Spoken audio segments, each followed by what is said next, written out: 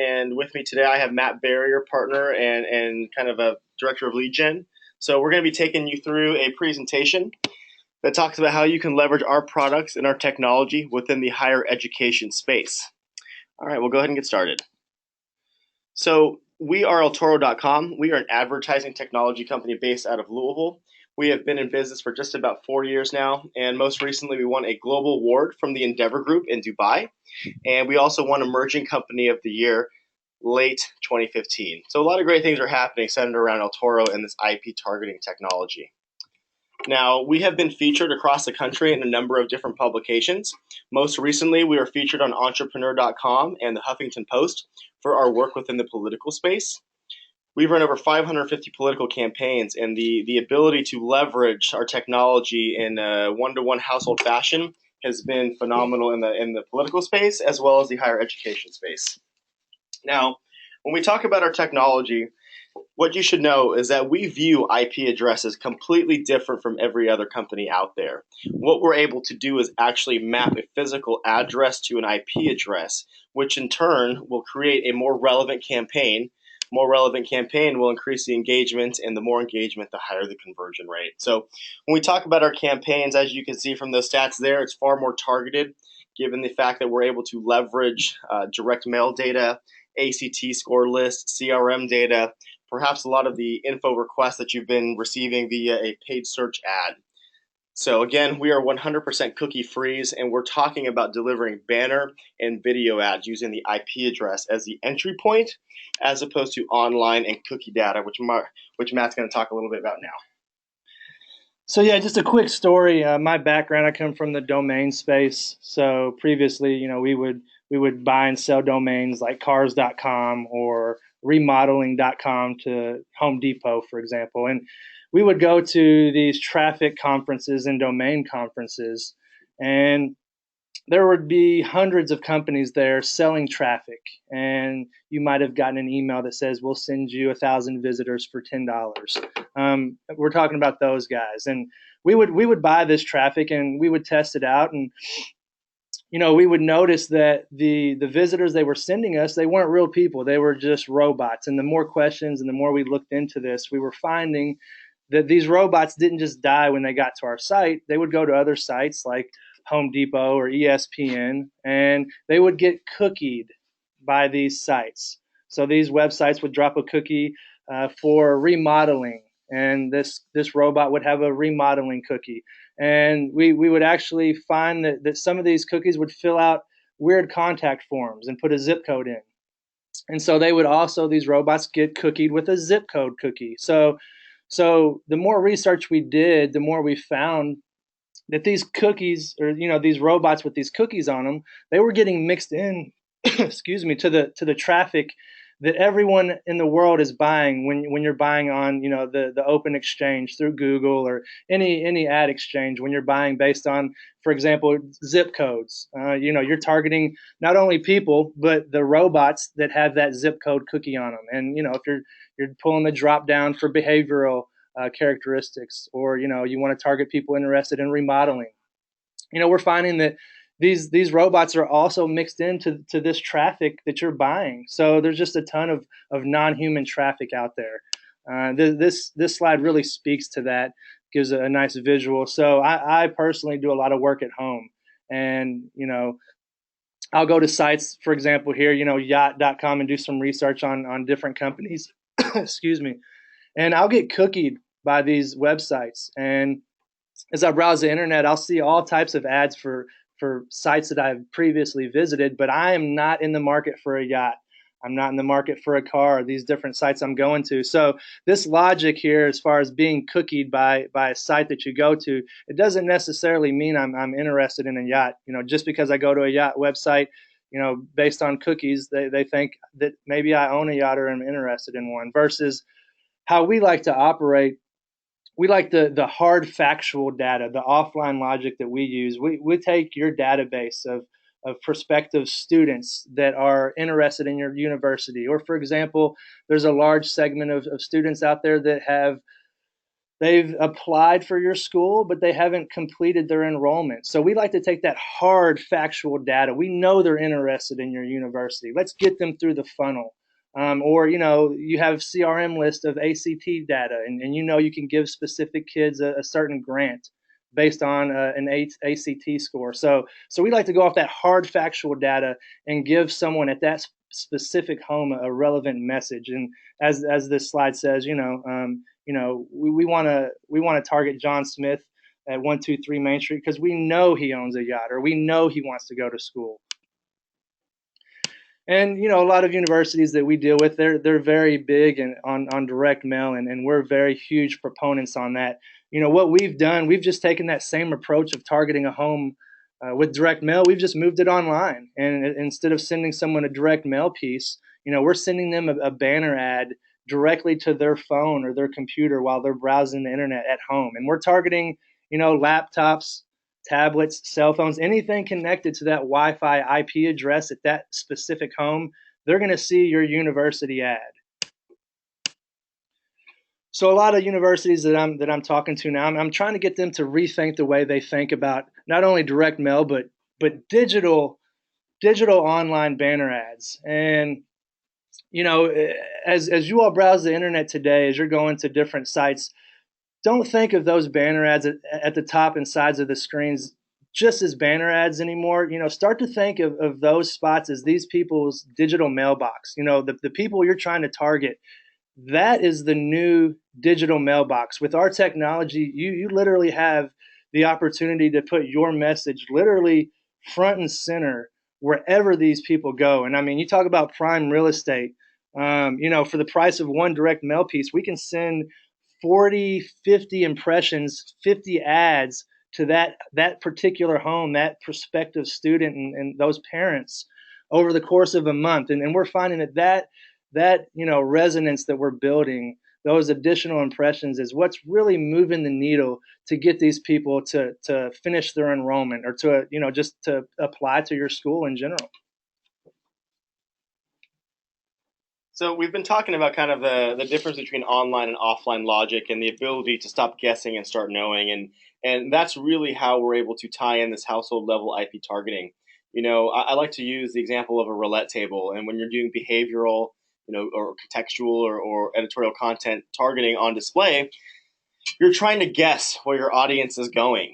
And really what we've done is we flipped that model on its head, because once we've determined that that person is an ideal customer or demographic based upon their ACT score, based upon their geography, based upon their class, all of that information, we no longer are bidding or trying to guess where these people are going online. What we do instead is we actually bid upon the IP address as that IP pops up on the exchange, so that we can show the banner ads to the intended target, not the persona or the ideal profile. We're talking about taking the exact address, matching it to the IP, and hitting those people. So as you can see from this diagram, it's relatively easy to launch a campaign with us. Once you have access to our portal, essentially what you can do is upload your address file, which has the last name, address, and zip code. And we're going to give you a match. We're going to let you know out of, for example, if you gave us 100,000 records, we'll tell you exactly which ones match in our system by the form of a automated email that will have your segment file, which will be appended with two additional columns. One column will have T or F, meaning true for targetable, or F as in we cannot target. And then the additional column will be a unique identifier. Essentially what we do to maintain the privacy of who we're targeting online is we assign a unique identifier for each record that we're targeting online. And essentially, basically, as people are visiting the web, visiting websites, that is when their IP pops up. That is when we bid to place an ad for that placement. Now, anytime we have a match on a physical address to an IP, it is at a minimum confidence level of 95%. So if we have any data that indicates that that match falls below 95%, we're going to kick it out and say it does not match. Now, one important piece you need to know is that we match approximately 50% of your entire list. Now, that can fluctuate based upon the data. It can be as low as 30%. It can be as high as 70%. It really just depends on the actual information itself. So best practices are to make sure that the file is clean in the proper format before you upload it to get the highest match rate possible. Now, With that match rate, you also want to keep in mind that if we're using that 100,000 people target as an example, if 100,000 people received 100% of your marketing mix, and half of that 100,000 people also received IP based ads, what does that look like? What is the response rate? What is the percentage of lift that adding IP targeting to the mix brings? Now, all of our technology is really centered upon this patent pending algorithm that is aggregating historical IP data, as well as tens of billions of records that we ingest into our system every single week, every single month. Now, inside of that, we are looking at 38, I think it's actually over 38 now, but 38 points of data that ultimately are part of the equation that spit out the reliability score. And remember, if we have a 95% or lower, we're going to say we don't match.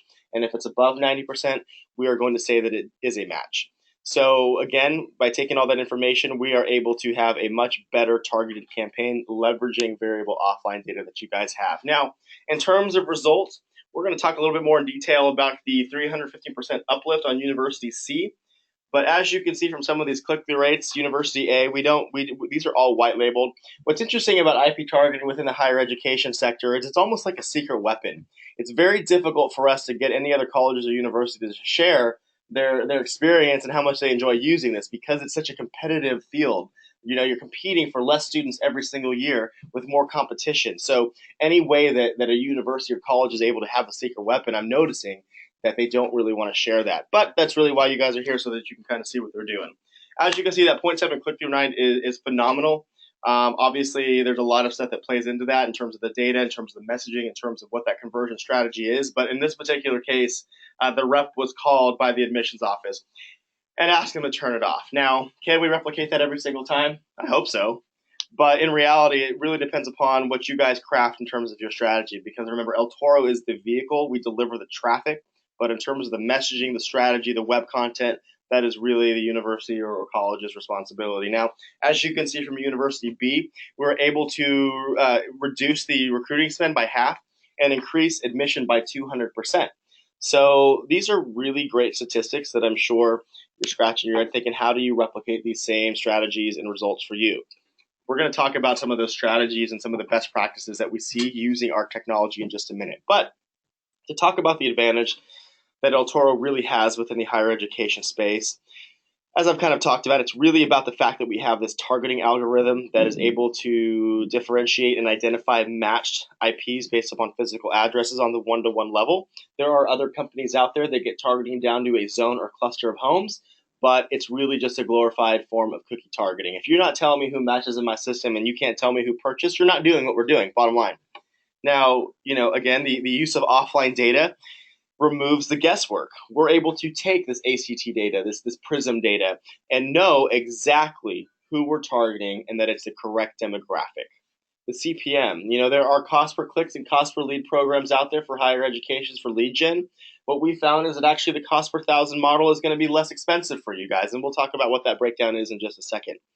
Now, one thing you should know, the reason that we know nobody else has this technology is that we had to vet a lot of the exchanges or demand side platforms for the online advertising world. And the only one that would be willing to work with us in terms of a custom build and integration was AppNexus. So our second patent, which is currently pending, is on our bidding system, which actually plugs in directly into AppNexus that was built by our dev team that allows us to bypass that cookie data and bid solely upon the IP address. Now, one of the conversations, I actually have worked for one of the original resellers. I've been with El Toro for about 7 months, but prior to that, I worked for one of the original resellers and did a lot of work within the higher ed space. And I don't know about you guys, but one of the conversations that I was starting to have more and more with the admissions department and the VPs of marketing were that I don't really care how many clicks I have. I don't really care how many people are going to my website. I want to know how many students are registered directly as a result of this campaign, right? Because as we've already know, it's a competitive industry. They want to know that the marketing dollars they're spending are working. And so what we offer is something called a matchback analysis. And the matchback analysis, what we're able to do is because we know who we're targeting by name and address, we would simply request the list of registrations or information submission requests, whatever that conversion point is, and get that data post-campaign from that college or university. Then what we're able to do is cross-reference that data with who we targeted against who converted, and then provide for them a list of physical conversions by name and address without the use of any cookies. Now, that's regardless of if somebody clicks the ad and converts via a landing page, if somebody calls and talks to a counselor, clicks your paid search ad and submits some information requests, or goes to your homepage and fills out an application. We know that there is some level of attribution from our digital campaign. Is it 100%? Probably not. In fact, I can't really answer that question because it's really hard to know as we're inundated with all these marketing channels, from email, from social, from paid search, from TV, from billboard. How do we know what percentage of attribution to provide for that? And my opinion, and there's opinions on both sides of this, is that I don't want to put my marketing mixes against each other and try to measure the efficacy of them, because that's flawed. What I would rather do is find a synergy between the messaging and the channels, and ultimately all of those pieces are working together to get that registration or get that student. But then again, there are both schools of thought on that. Now, again, as we've said, 95% minimum confidence level on a matched IP address. So this is what I just spoke about with regard to the matchback analysis. So this is done without the use of any cookies, UTM codes, retargeting pixels, call tracking, all of that stuff that online advertising has traditionally depended upon to prove whether or not a campaign was successful or if it failed. Now, our system works well with all of those things. However, what we view those as are performance indicators that we use to make changes to the campaign while it's running, as opposed to waiting for the very end and using the click-through rate or number of site visits as the measure of success. We actually can talk about the registrations that the university or college received. So this is a quick slide that breaks down kind of the cost per click, cost per lead model versus cost per thousand. And depending upon whether or not these are leads that are exclusively being provided to you, or if these are being farmed out to a number of colleges or universities, you can see that those costs there on the left fluctuate. But when it breaks down, what you're talking about is the average cost per click is $21.48 on average for the cost per click, cost per lead model. And this is based upon information that some of our partners that work within the higher ed lead gen space provided for us. And then when you look at our cost per thousand, when you're dealing with IP targeting, if 1.6 people on average click every 1,000 impressions, or a 0.016 click-through rate, that brings the cost per click down to $15.63. Now, the other part I like about that is that paid search is great for requesting information and getting people in the funnel, but it's a reactive way to display your message in front of somebody. It's not truly advertising, right? Because if you think about that model, someone is going to actively have to type in those keywords and already be familiar with you and already be looking for you, as opposed to display where we know that these 10,000 kids are going to be going to school soon and they may not even be aware that you exist. But you know what? It's a good opportunity for you to share with them who you are, what you do, and why they should come to school for you. So we have a number of products available that are being used within the higher education space. We've spent some time talking about the IP targeting at the household level. We also have something in beta currently called email to IP, which basically, if you do not have physical addresses, we plant a transparent image pixel that will capture the IPs, and then we can serve ads to those people once they've opened your email. Captive Audience is one of my favorite products for higher education. It's more of a venue targeting product. It's kind of the third generation of geo-targeting, and geofencing are the first two generations. One thing that will be of really a great interest to a lot of you probably would be the out-of-home. It's currently in development and slated to be ready by the end of this year, early next year. But right now, we have targeting down to the household level. Before long, we'll have targeting down to the individual device level. So really great things happening here. But if you have any questions about those products that are coming soon, just let us know offline and we can have a discussion about those. Now, as I've kind of shared with you, this is the visual of what's happening with the email to IP. So email gets planted, image gets planted, that person opens up the email, and then that email or that IP address is stored so that we can use that as a targeting segment at a later date. All right, so this is my favorite product for targeting college students, especially for feeder schools, master's programs, really any target any environments that are going to be target rich, like college fairs, conventions, those types of things. We'll talk about how that works in just a second. So these are some sample strategies of the way that you can target captive audience. As I just kind of mentioned, the ability to target feeder schools.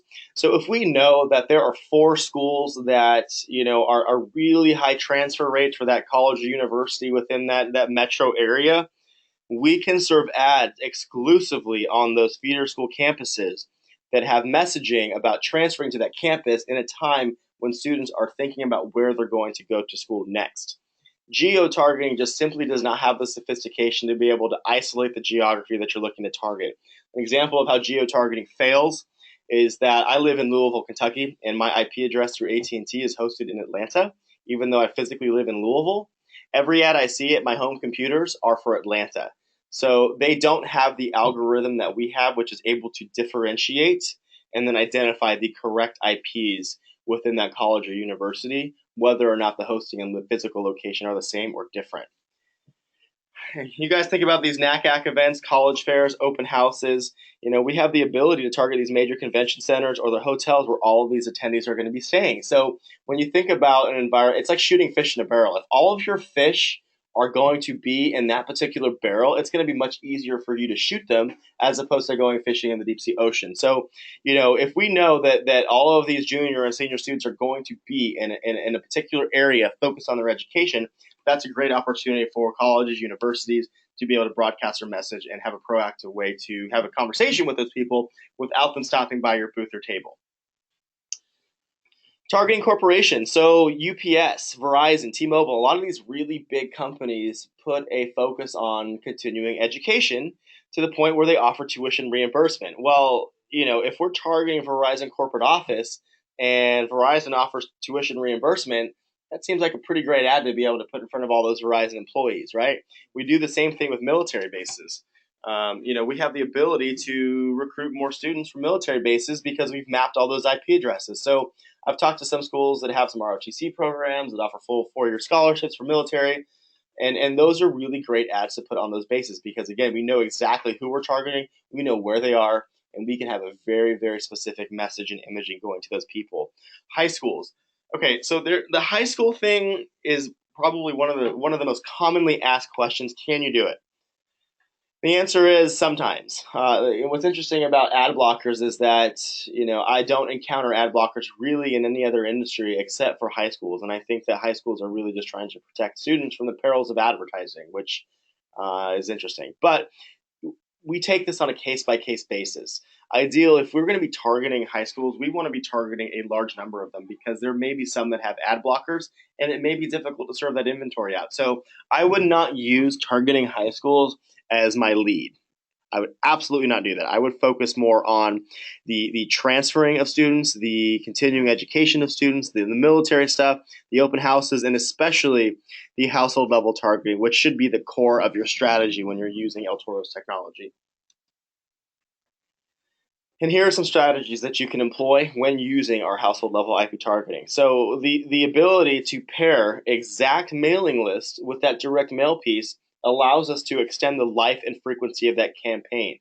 It is a common practice and a best practice for our clients to often deploy digital ads a week or two before that mail piece hits, and then continue to display those banner ads 2 to 3 weeks after the mail piece hits. So what we're able to do is offer a cross-channel approach to those exact same households that ultimately brings them closer to the point of conversion and is able to have a much higher frequency than that one mail piece. So we're not suggesting that you replace direct marketing. We're suggesting that you add in addition to the ability to filter your ACT list. So if you have minority programs, or if you have particular majors and you have enough people to bucket up, we can filter those down and serve campaigns to that particular minority group, to that particular major, whatever that may be. Now, you need to be aware that we cannot run a targeting campaign targeting residential households with less than 500 matched targets. So what that means is if that we're matching at a 50% rate, you need to submit about 1,000 names or 1,200 to be safe to be able to get to that minimum number of 500. But again, if you can bucket that up and increase relevancy based upon what you know about them from that data, I always recommend that you do that. So the alumni data. So you guys can go back through your CRM and take a look at all of the people that now are of the age where they probably are starting to have kids at the ages of 17 to 18, right? Because they're starting to have those college conversations. So how great would it be if you could take all of those parents that went to your college or university and have a message that resonates with the parent and the child about going to school where they went to school? Very powerful. targeting prospective students that have applied. So again, when you're using this technology, you can almost hold their hand through each step of the process, all the way from them requesting information to visiting the campus to applying to paying the deposit and ultimately becoming that student that is on your campus as a freshman. But each of those can be separate campaigns, provided we have enough people in those segments to meet the 500 minimum target. Now, as I mentioned at the very beginning, I was going to talk about University C case study where the lift was 315% in comparison to the response rate for direct marketing.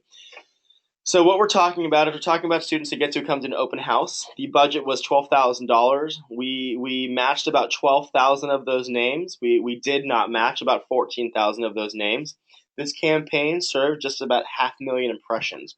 This campaign was direct mail plus IP. So the strategy was to serve ads 2 weeks before the direct mail piece hit and 2 weeks after. And here's what we have. These are actual registrations. These are not open house attendees. So of the people that we targeted for the open house, there were 145 student registrations. 112 of those came from the targeted list, and only 33 came from the group that received the direct mail piece. So the cost per enrollment was $106.70, and the uplift in comparison to the number of conversions and the number of people targeted for direct mail as opposed to direct mail plus IP was 315%. This is an example of what that matchback will look like. So as you can see, starting from the columns on the left, we've got our target and control groups, and then we have our populations, the match rates, the number of conversions, and then the response rate. So this is going to be the analysis tab that you can expect to receive when submitting your conversion data for the matchback analysis. This is currently included at no additional cost. However, we are going to be charging for this in the next several months. So if you want to get rolling without charge on this, let us know. So this is just we give all of our clients access to our reseller kit, and there I'm not going to go to it right now, but there's all types of case studies. We have 10, 20 different matchback analysis from university.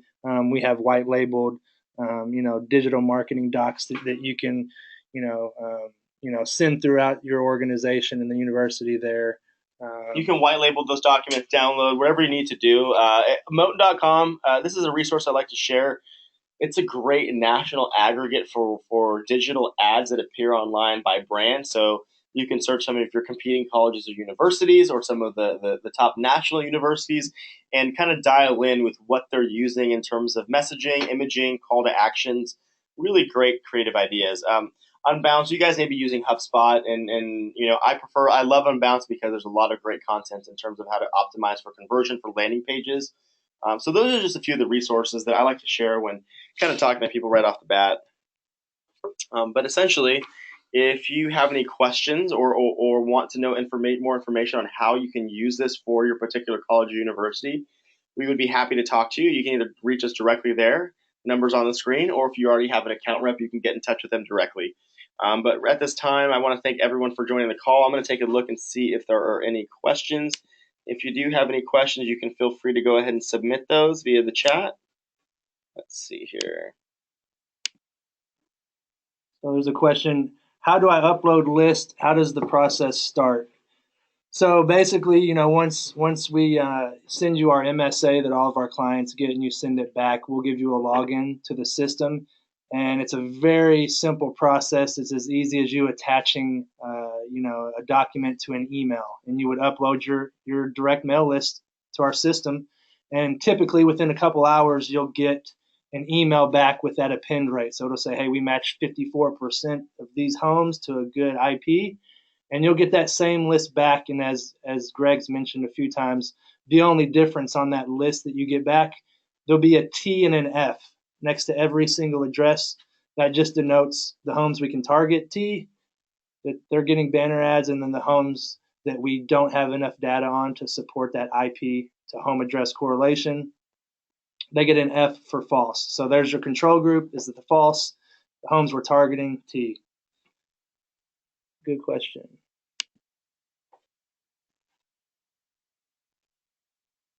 So an ideal list count, it really varies. We have lists that are 5, 10,000 for specific schools like business school. We've had tests where they're wanting to test, they're targeting engineering students, music school students, and typically those lists are in the 10 to 15,000 range. Sometimes up to 20,000 students they're trying to target. And one thing I do want to kind of mention, since we're talking about that, is the matchback analysis and statistical relevance. So, it's pretty common for a college or university or any client really to want to kind of test the waters to determine whether or not this product or technology is going to work for them. And we totally understand that. But one thing to keep in mind, and this is a conversation that I have with them about managing expectations, is this: if we're targeting a couple thousand people and with the minimum number of impressions, it's very easy for that data to be skewed pretty heavily in either direction, either positive or negative, based on the number of conversions. One or two conversions can swing that in either direction. That really kind of takes away from the statistical relevance of this, as opposed to running a campaign with 500,000 impressions with tens of thousands of targets in it. That is going to be far more relevant to the quote unquote test, as opposed to this tiny campaign. We can do these tiny campaigns, but the reason I'm bringing this up is to manage the expectation. If we're going to be doing $2,000 or $3,000 a month campaigns targeting several thousand people, let's manage the expectation on the front end to run 3 of these campaigns in succession. So take the average after 3 or 4 campaigns. Let us merge all of that data together for you and use data science to really find out what that mean or what that average is. Because if you have a 600% improvement on 2,000 people that we're targeting, really doesn't mean much. But that example that we gave about 315%, we're targeting tens of thousands of people with 500,000 impressions. That is going to be statistically relevant. And to kind of piggyback on that, the smaller campaigns they've turned into, which just happened. They're doing a 10 or 20 or $30,000 test with us, and it turned into, after we proved the ROI, now we're doing it for the whole year for $200,000. And it's like Greg said, once we prove the model, we show that ROI, it's a no-brainer. Yeah. Now the question about you mentioned you mentioned we will give the actual names and addresses of the targeted individuals who converted. That was not in your matchback report. Can you show an example? I would love to show you an example. Unfortunately, that will have the names and physical addresses of somebody that we're actually targeting. What you receive back in the actual matchback analysis is you're going to have several tabs. You're going to have the pre-appended list, the appended list, the converted sales, and then the analysis tab. So you're going to get the names and addresses that we targeted, as well as the names and addresses of the people that converted. But at that point, the names are really just whoever we targeted. But we do provide that to you. Great question. How much access do you have to military base IP addresses? Well, we target the White House and Pentagon every single week, all day, every day with ads. It's extremely high demand, and as I kind of mentioned, we do a lot of work within the political space, and the ability to target state capitals, legislative offices, and even the White House or Pentagon, is pretty amazing. And I say that because what that means is that we can really target any military base that you want to. If we do not have the address mapped, we do have another proprietary tool that we use, which is called our polygon mapping tool, that actually can extract IP data based upon geography. So we can target military bases all day long. Now, keep in mind, if you want to target 100 military bases and you want us to harvest all that information, we're going to want to know that budget or buy is coming through, because that is a manual process for us.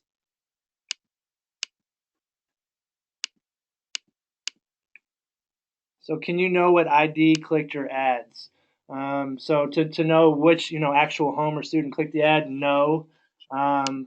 But we can do a second campaign, a retargeting campaign for anyone that hits your site or landing page through our campaign. We can do a retargeting campaign and retarget that person. But really, it just comes down to sales and who enrolled or who bought, and that's the key metric that we focus on. And it'd be nice to know who clicked, but ultimately it comes down to, hey, who enrolled in your school, and that's how we.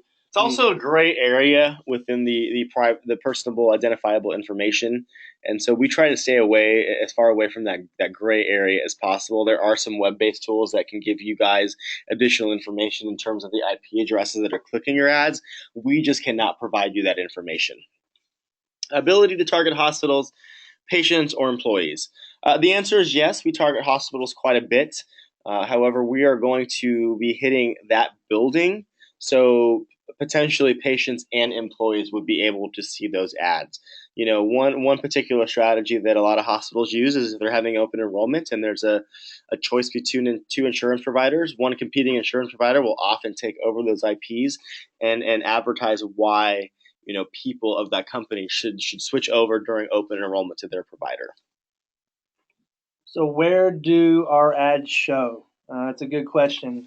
So if we have that IP at that house mapped and they have a T next to their name, essentially when that IP, as Greg alluded to, shows up online in our system, our radar kind of goes off, and we see that IP online. So when they go to ESPN.com, we see that, and we have fractions of seconds to put your ad in front of that person when they're at ESPN. So essentially, your ad shows anywhere that person goes. So we're not advertising on a network of sites. We're advertising actually where that real person visits, whether it's Home Depot or weather.com or CNN.com. It doesn't really matter.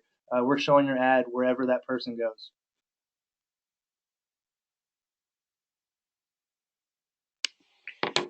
Okay. Well, guys, if there are any other questions, type now or send us an email after. Let's see here. Any control for advertiser on what site the ad appears on. So as Matt kind of mentioned, we're no longer bidding upon context of website or keywords or behaviors. So we're bidding upon that IP because we've already qualified that person as an ideal target. But to answer your question, we can whitelist, we can blacklist sites. So, if there are a particular website that you simply don't want to appear on, we can add those in. We automatically, by default, restrict the top 250 children's websites, but can certainly always put more focus or de-emphasize particular websites. So that's a conversation that you would have with your account manager or your rep to get that taken care of. Can you control time of day? Yes, so we can day part these. Just know that if we say, we want these ads to show between 6 and 10 a.m., there is an hour time frame in there where it could bleed over. So, the last time that ad would show would be by 11 o'clock. But yeah, we can't control the day party. Now, we automatically will optimize for day of performance with our ad ops team. But one best practice that we employ is we try not to restrict the traffic serving ability right off the bat, because if we start too narrow of a net, there really doesn't give too much area for optimization. But yes, we can absolutely control the time of day and days that your ads appear. All right. Looks like that is the last question. I want to thank all of you for spending this Thursday with Matt and I to talk about higher education and how you can leverage eltoro and IP targeting for your college or university's enrollments. If you have any questions, you can either give us a call or submit a request online or speak to your account rep. Thank you again. It's been our pleasure, and we will talk to you soon. Bye-bye.